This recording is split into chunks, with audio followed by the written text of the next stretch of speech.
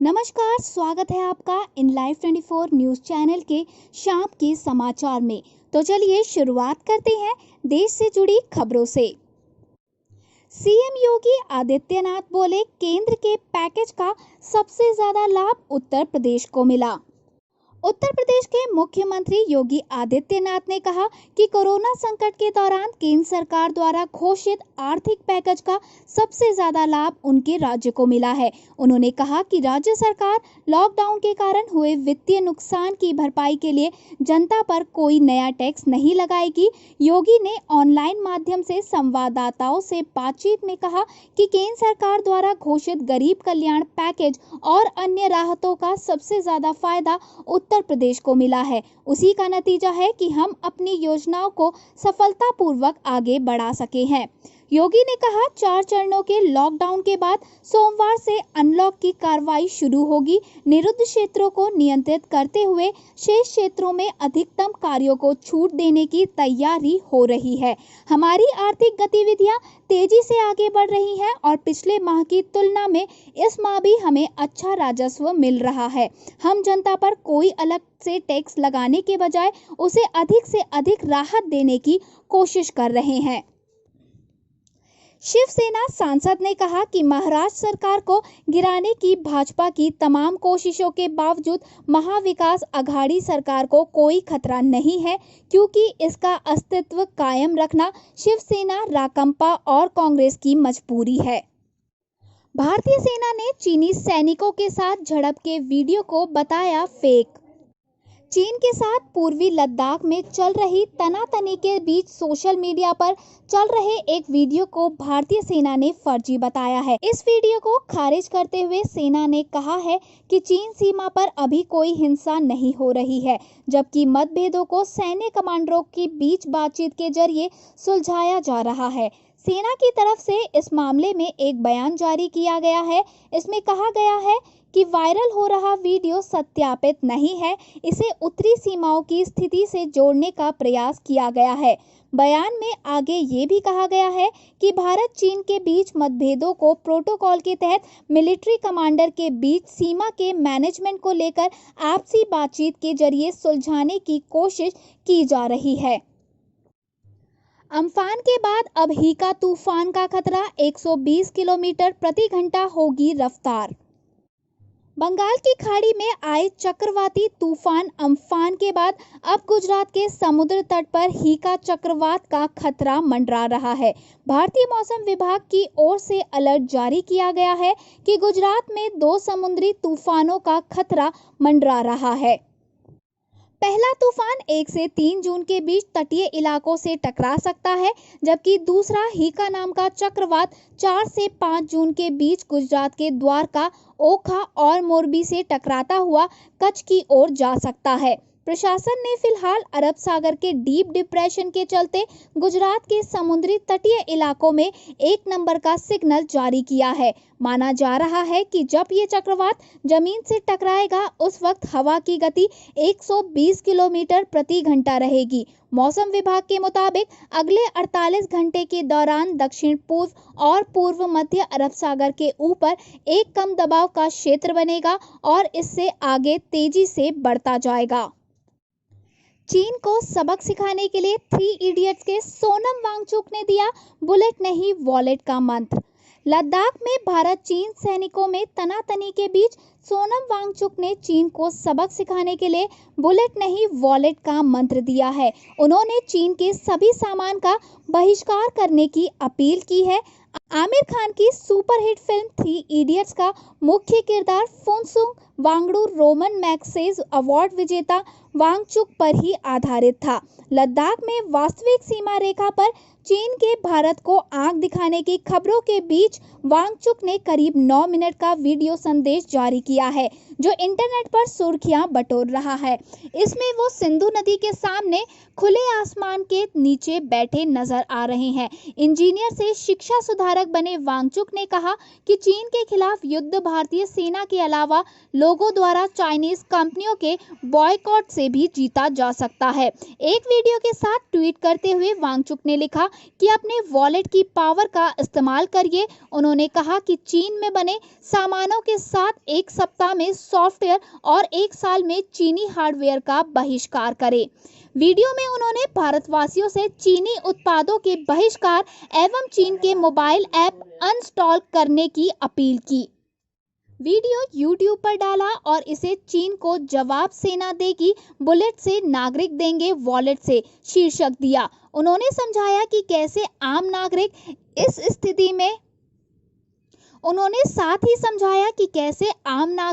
इस स्थिति में देश की मदद कर सकते हैं। बता दें कि फिल्म 3 इडियट्स में आमिर खान द्वारा निभाया गया फुनसुक वांगडू नामक किरदार वांगचुक से ही प्रेरित था। ढील के साथ 14 दिन के लॉकडाउन 4 में आए 85,974 कोरोना केस। कोरोना वायरस को फैलने से रोकने के लिए 18 मई को लागू किए गए चौथे चरण के लॉकडाउन के दौरान रविवार सुबह 8 बजे तक संक्रमण के 85,974 मामले सामने आ चुके थे, जो देश में अब तक आए कुल मामलों का तकरीबन आधा है।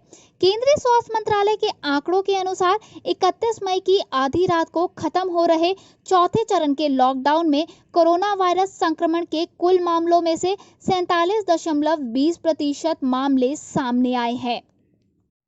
मन की बात पीएम मोदी ने कहा, कोरोना संकट में मददगार है योग और आयुर्वेद। हॉलीवुड से हरिद्वार तक गंभीरता से ले रहे हैं लोग। मन की बात के जरिए देश को संबोधित करते हुए पीएम मोदी ने कहा कि कोरोना संकट के दौर में लोग योग का सहारा ले रहे हैं। हॉलीवुड से हरिद्वार तक सभी योग को गंभीरता से ले रहे हैं। उन्होंने कोरोना के खिलाफ जंग में योग और आयुर्वेद को मददगार बताते हुए कहा कि योग कम्युनिटी, इम्यूनिटी और यूनिटी सबके लिए अच्छा है। पीएम योगी ने कहा कि कोरोना संकट के इस दौर में मेरी विश्व के अनेक नेताओं से बातचीत हुई, लेकिन एक सीक्रेट मैं जरूर बताना चाहूँगा कि विश्व के अनेक नेताओं में जब बातचीत होती है तो उनकी बहुत ज़्यादा दिलचस्पी योग और आयुर्वेद के संबंध में होती है।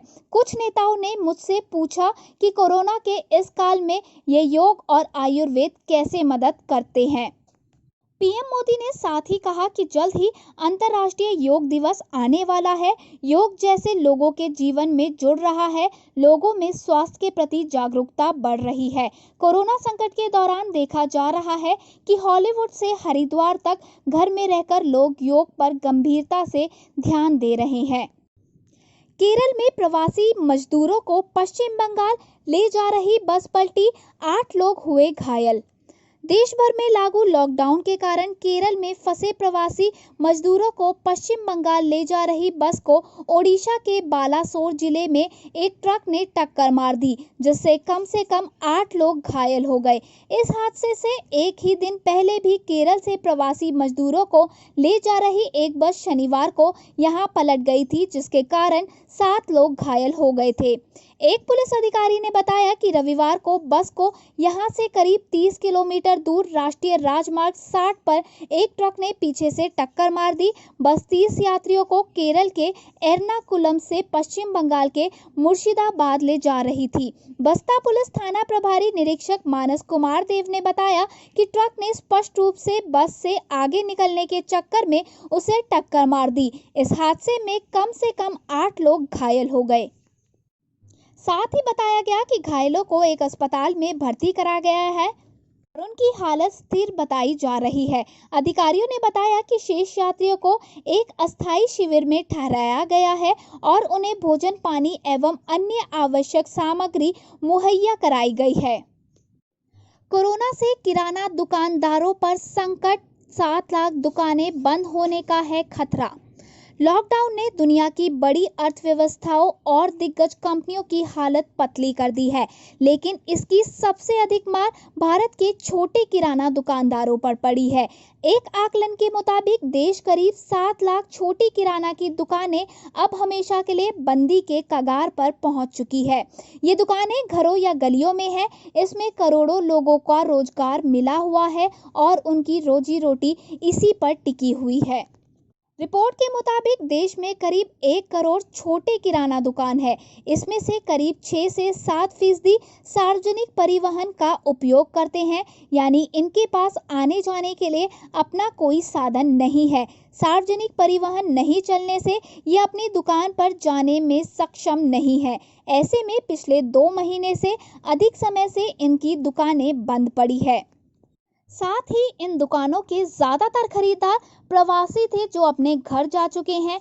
ऐसे में इन दुकानों का दोबारा खुलना बहुत मुश्किल होगा।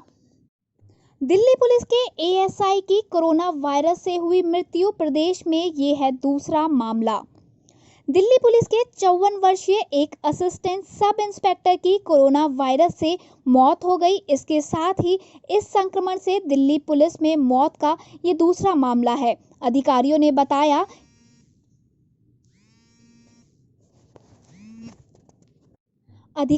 बताया कि संबंधित सहायक उप निरीक्षक मध्य दिल्ली के कमला मार्केट इलाके में अपराध शाखा के फिंगरप्रिंट ब्यूरो में काम करते थे।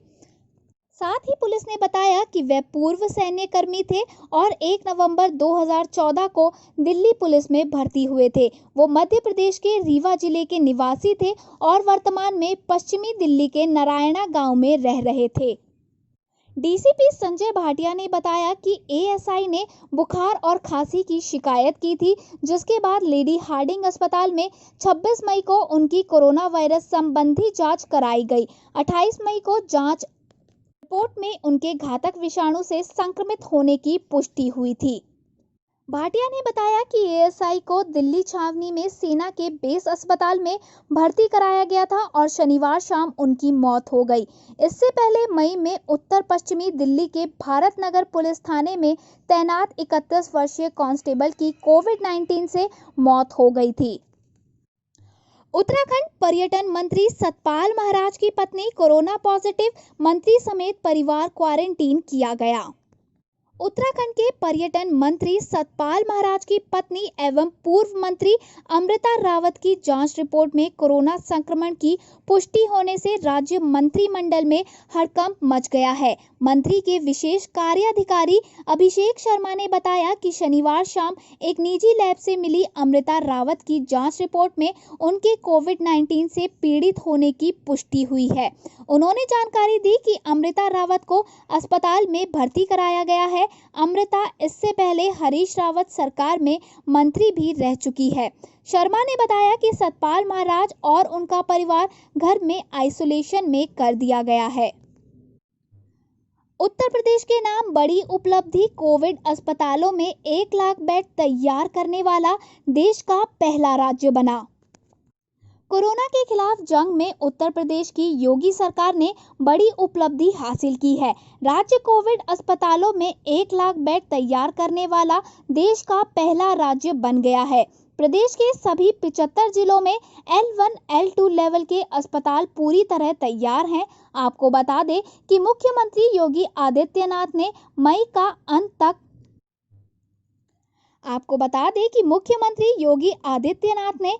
के अंत तक 1 लाख बेड तैयार करने के निर्देश दिए थे। यही नहीं, राज्य में कोरोना टेस्ट की प्रतिदिन क्षमता 10,000 तक पहुंच गई है। इससे पहले मार्च के पहले सप्ताह में प्रतिदिन 50 टेस्ट ही हो पाते थे।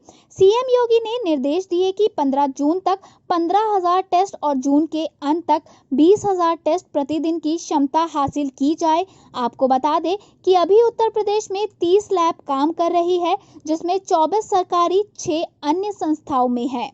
भारत में लोकप्रिय file sharing website WeTransfer हुआ बैन, दूरसंचार विभाग ने जारी किया नोटिस।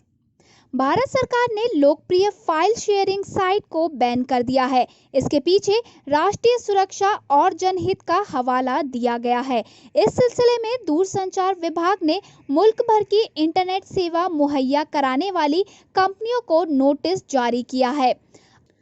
अब इंटरनेट पर लोकप्रिय वेबसाइट नजर नहीं आएगी। भारत सरकार ने वी ट्रांसफर को बैन कर दिया है। खबरों के मुताबिक इंटरनेट सेवा मुहैया कराने वाली कंपनियों को इस बारे में नोटिस भेज दिया गया है। उनसे कहा गया है कि 3 URLs को बंद कर दिया जाए। पहली 2 नोटिस में 2 खास वेबसाइट के URLs को बंद करने का फरमान सुनाया गया, जबकि तीसरी नोटिस में वी ट्रांसफर वेबसाइट को पूरी तरह बैन करने को कहा गया है। दूरसंचार मंत्रालय ने हालांकि इसके पीछे कोई खास वजह नहीं बताई और ये भी नहीं बताया कि वेबसाइट के प्रति आखिर उसकी क्या आपत्ति थी। आरोग्य सेतु ऐप में कमी ढूंढने वाले को मिलेगा 4 लाख तक का इनाम। सरकार ने लॉन्च किया बाउंटी प्रोग्राम। कोरोना वायरस मरीजों को ट्रैक करने के लिए भारत सरकार ने आरोग्य सेतु ऐप लॉन्च किया था। कुछ ही समय में इस ऐप में काफ़ी लोकप्रियता हासिल कर ली, लेकिन पिछले कुछ दिनों से इस ऐप की प्राइवेसी पॉलिसी पर कई तरह के सवाल उठाए जा रहे हैं। वहीं अब पब्लिक डिमांड पर इस ऐप के सोर्स कोड को पब्लिक कर दिया गया है। हालांकि अभी सिर्फ एंड्रॉयड वर्जन को ओपन सोर्स किया गया है। iOS और KaiOS वर्जन का सोर्स कोड बाद में जारी किया जाएगा। लगातार विपक्ष के उठते सवालों के बीच केंद्र सरकार ने आरोग्य सेतु ऐप में बग ढूंढने के लिए बग बाउंटी प्रोग्राम लॉन्च किया है। इस प्रोग्राम के तहत ऐप में खामी ढूंढने वाले को सरकार 4 लाख तक का इनाम देगी। इस इनामी राशि को 4 कैटेगरी में रखा गया है। सरकार की तरफ से कहा गया है कि अगर आरोग्य सेतु ऐप को लेकर किसी के मन में कोई सवाल है या फिर कोई कमी या सुझाव है तो उसका स्वागत है। आरोग्य सेतु में सेफ्टी की 3 कैटेगरी में 1-1 लाख रुपए का इनाम रखा गया है। इसके साथ ही कोड में सुधार के लिए सुझाव देने के लिए 1 लाख का इनाम रखा गया है। बाउंटी प्रोग्राम में हिस्सा लेने वाले लोगों को ऐप का ओपन सोर्स रिसर्च कम्युनिटी के लिए अवेलेबल करवाना होगा, जिसके तहत यूजर्स और रिसर्चर्स ऐप की प्राइवेसी और सुरक्षा की कमी की जानकारी दे सकते हैं। इसके कमी पाए जाने पर उसे as-bugbounty@nic.in पर इन्फॉर्म करना होगा और सिक्योरिटी वल्नरेबिलिटी रिपोर्ट की सब्जेक्ट लाइन के साथ भेजना होगा। आपको बता दें कि कोरोना संक्रमण की रोकथाम के लिए भारत में 2 अप्रैल 2020 को आरोग्य सेतु ऐप लॉन्च किया गया था। ये ऐप बताता है कि उसके आसपास कोई कोरोना संक्रमित व्यक्ति है या नहीं। इस ऐप में कोरोना से जुड़े कई महत्वपूर्ण अपडेट दिए गए हैं। इस ऐप को अब तक 11 करोड़ से ज्यादा लोग डाउनलोड कर चुके हैं। गूगल ने टाली एंड्रॉयड 11 की लॉन्चिंग। गूगल ने अपने सालाना डेवलपर्स कार्यक्रम को इस साल कोरोना वायरस महामारी के कारण स्थगित कर दिया गया है। कंपनी ने इससे पहले 3 जून को आयोजित होने वाले कार्यक्रम में एंड्रॉयड 11 ऑपरेटिंग सिस्टम को जारी करने की योजना बनाई थी। वहीं गूगल के इस बड़े कदम के पीछे संयुक्त राज्य में चल रहे विरोध प्रदर्शन एक मुख्य कारण हो सकता है। गूगल ने अपने एंड्रॉयड डेवलपर वेबसाइट पर पोस्ट किए गए संदेश में कहा कि हम आपको एंड्रॉयड 11 के बारे में और अधिक जानकारी देने के लिए उत्साहित थे, लेकिन अभी जश्न मनाने का समय नहीं है। वहीं दिग्गज टेक कंपनी गूगल ने इसे जारी करने के लिए अभी किसी भी तारीख का ऐलान नहीं किया है, लेकिन कंपनी ने दावा किया है कि वो जल्द ही एंड्रॉयड 11 को जारी करने की तिथि घोषित करेंगे। इसमें notification history log, touch sensitivity बढ़ाने, स्क्रीन रिकॉर्डर और वीडियो कैप्चर करते समय नोटिफिकेशन बंद करने का विकल्प मिलेगा। 3 सप्ताह बाद उछला शेयर बाजार, सेंसेक्स 1751 अंक चमका।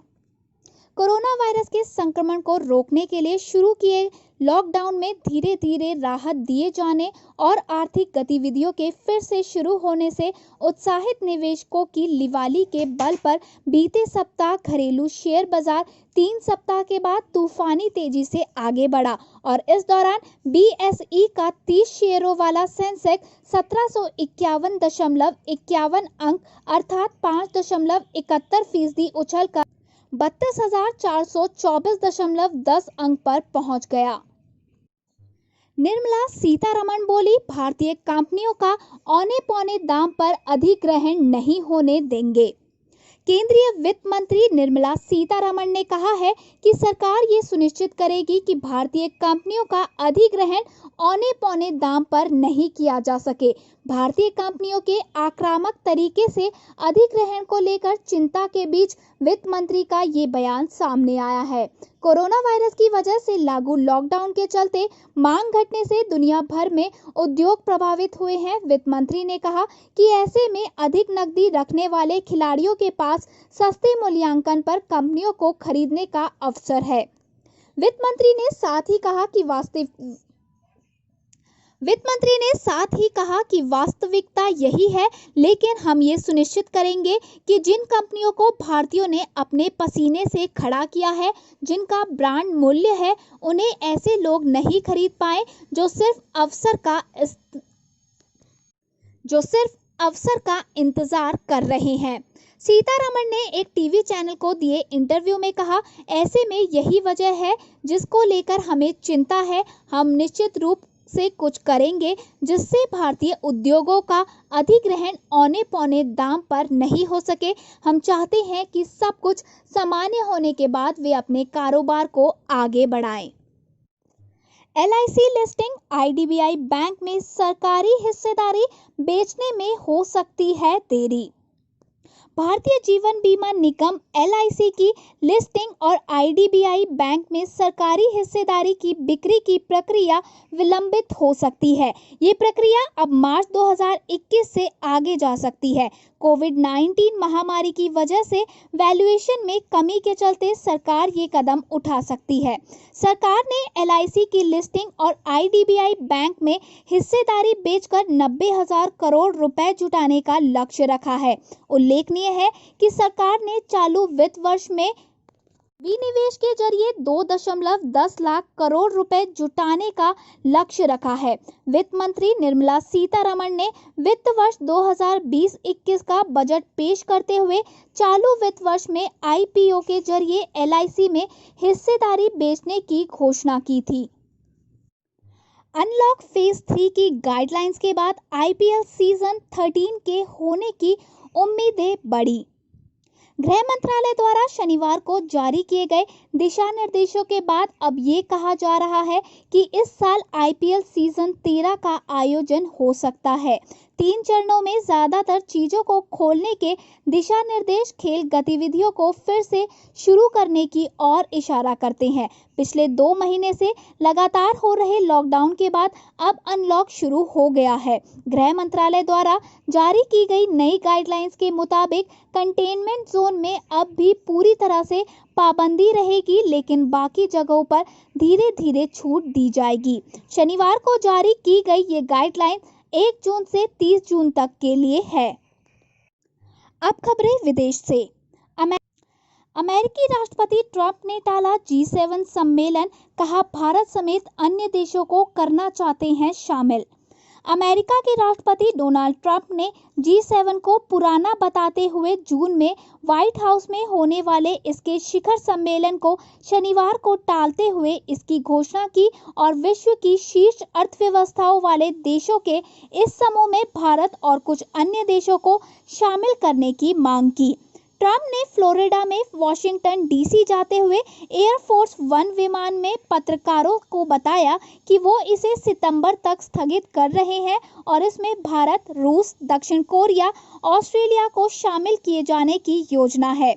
उन्होंने कहा कि मुझे नहीं लगता कि G7 के तौर पर ये दुनिया में जो चल रहा है उसका उचित तरीके से प्रतिनिधित्व करता है। ये देशों का बहुत पुराना समूह है। व्हाइट हाउस की सामरिक संचार की निदेशक एलिसा अलेक्जेंड्रा फराह ने कहा कि ये हमारे पारंपरिक सहयोगियों को एक साथ लाना है और चर्चा करनी है कि चीन के साथ भविष्य में कैसे निपटा जाए। मुस्लिम युवाओं के लिए आजीविका का सहारा बना कराची में स्थित 200 साल पुराना हिंदू मंदिर। दरअसल कराची बंदरगाह के पास स्थित मूल जेटी ब्रिज पर स्थित श्री लक्ष्मी नारायण मंदिर में हिंदू समुदाय के लोग नियमित रूप से पूजा करने के लिए धार्मिक त्योहारों पर आते हैं। इससे स्थानीय मुस्लिम युवाओं की आजीविका का प्रबंध हो जाता है। सत्ताधारी पार्टी तहरीक-ए-इंसाफ के विधायक और पाकिस्तान हिंदू काउंसिल के सदस्य रमेश वंकवानी के मुताबिक ये मंदिर हिंदुओं के लिए काफी महत्वपूर्ण है। इसके साथ ही अंतिम क्रियाओं और अन्य धार्मिक अनुष्ठानों के लिए भी ये एक पवित्र स्थान है। वंकवानी राष्ट्रीय विधानसभा के भी सदस्य हैं। उन्होंने कहा, कराची में खाड़ी के किनारे पर स्थित ये अकेला मंदिर है। वंकवानी ने कहा, ये मंदिर इसलिए भी महत्वपूर्ण है क्योंकि पूजा करने के लिए हम हिंदुओं के लिए समुद्र के जल का खासा महत्व होता है। हम अनुष्ठानों में कई वस्तुएं समुद्र में प्रवाहित करते हैं। एक स्थानीय मुस्लिम युवा शफीक के अनुसार मंदिर में आने वाले हिंदू पूल से कई वस्तुएं समुद्र में फेंकते हैं। इनमें कई कीमती वस्तुएं होती है। इसका मतलब ये है कि स्थानीय लड़के इन वस्तुओं को एकत्र करके अपनी आजीविका चला सकते हैं। चीन ने कोरोना वायरस की वैक्सीन बनाने का किया दावा, 10 करोड़ डोज होंगे तैयार। जिसने दुनिया की कोरोना का जख्म दिया है, अब उसी ने दवा देने की खुशखबरी भी सुनाई है। चीनी वैज्ञानिकों ने कोरोना वायरस के लिए 99% कारगर वैक्सीन बनाने का दावा किया है। इस वैक्सीन के करीब 10 करोड़ डोज बनाने की तैयारी चल रही है। बीजिंग की बायोटेक कंपनी सिनोवैक ने ये वैक्सीन तैयार की है। चीन में करीब 1000 से ज्यादा वॉलंटियर पर इसका ट्रायल चल रहा है। हालांकि अब इस वैक्सीन को स्टेज 3 ट्रायल ब्रिटेन में करने की तैयारी की जा रही है। वैक्सीन बनाने वाले शोधकर्ताओं से जब ये पूछा गया कि क्या ये वैक्सीन काम करेगी, इसके जवाब में रिसर्चर लुओ बैशन ने कहा कि ये 99% तक कारगर साबित होगी। फिलहाल कंपनी वैक्सीन का स्टेज 2 का ट्रायल कर रही है, लेकिन चीन में कोरोना संक्रमण के कम मामले को देखते हुए वॉलंटियर की कमी पड़ गई है। इसके बाद रिसर्चर ने इसका ट्रायल यूरोप में करने का फैसला किया है। कंपनी सिनोवैक ने कहा कि हम यूरोप के कई देशों से ट्रायल के लिए बातचीत कर रहे हैं। इसके साथ ही यूके से भी बातचीत की गई है। हालांकि बातचीत अभी शुरुआती चरण में है। कंपनी बीजिंग में एक प्लांट भी लगा रही है। इस प्लांट में करीब 10 करोड़ डोज तैयार किए जाएंगे। सिनोवैक का कहना है कि इस वैक्सीन का प्रयोग सबसे पहले हाई रिस्क वाले मरीजों पर होगा। इस दौरान हेल्थ वर्कर्स और बड़ी उम्र वाले लोगों पर इसका इस्तेमाल किया जाएगा। हालांकि अभी स्टेज 2 के ट्रायल में महीनों लगेंगे। इसके साथ ही वैक्सीन की रेगुलेटरी अप्रूवल भी चाहिए होगी। बता दें कि मई की शुरुआत में बड़ी ड्रग कंपनी एस्ट्राजेनेका ने बी ऑक्सफोर्ड यूनिवर्सिटी की बनाई वैक्सीन के 100 करोड़ डोज उपलब्ध करवाने की बात कही थी। नेपाल सरकार ने नए नक्शे पर पेश किया संविधान संशोधन विधेयक। नेपाल सरकार ने बीते दिनों जारी किए गए नए नक्शे को आधिकारिक राज चिन्ह में जगह देने के लिए संविधान संशोधन विधेयक पेश कर दिया है। बीती रात प्रमुख विपक्षी दल नेपाली कांग्रेस की तरफ से मिले समर्थन ने इस विधेयक को संसद में पारित कराने का रास्ता साफ कर दिया। नेपाल सरकार की ओर से कानून, न्याय और संसदीय मामलों के मंत्री शिवमाया तुम्बा हाग्फे ने नेपाली संसद में ये संशोधन विधेयक पेश किया। नेपाल के कोर्ट